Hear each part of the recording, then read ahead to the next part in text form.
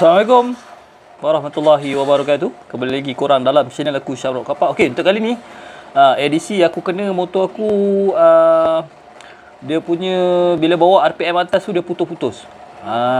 So bila putus-putus aku buat 3 perkara. Okey, yang pertama aku cuba dulu tukar plug, tengok kondisi plug tu macam mana. Yang kedua aku cuba swap CDI. Lepas tu yang ketiga aku cuba tukar coil plug lah. So dia dapati bahawa coil plug ni yang problem. Okey, ni coil plug original motor. Okey, bila bawa RPM atas tu dia macam api putus. Jadi benda ni aku tukar terus okey geng. Aku pun serabut kepala kat dalam seminggu lebih juga aku cari masalah ni. Baru jumpa. Okey. Lepas tu kalau korang nak ambil yang coil plug ni, korang boleh ambil yang jenis coil plug Yamaha 125Z. Okey. Aku tunjukkan kotak dia. Yang original lah, elok yang original. Korang ambil yang ni. Okey, puas hati pakai sebab motor kuning aku pun aku pakai coil plug yang 125Z punya original. So kalau original dia lebih tahan lama lah.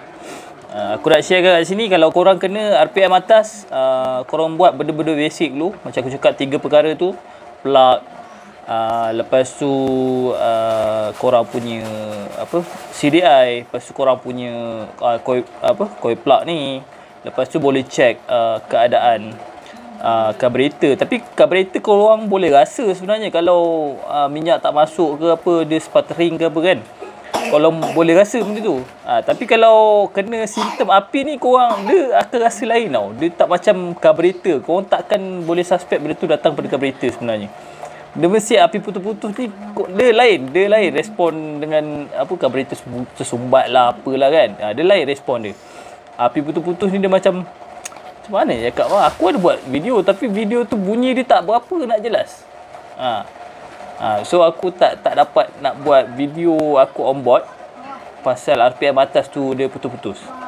So langkah penyelesaian dia, aku beli coil plug baru ni original. Benda ni lebih kurang kalau kat kedai, kalau kat Sentul bawah RM60 lah. Bawah RM60. Tapi kalau original insya-Allah tahan 15, 18 tahun, 20 tahun boleh tahan mungkin. Sebab ni pun original motor ni dah berapa tahun dah, 20 tahun lebih dah baru rosak. Okey, rasanya aku share kat sini saja. Moga ilmu yang aku share ni bermanfaat lah untuk semua. Pasal video tu aku tak dapat nak update sebab tak dapat dia punya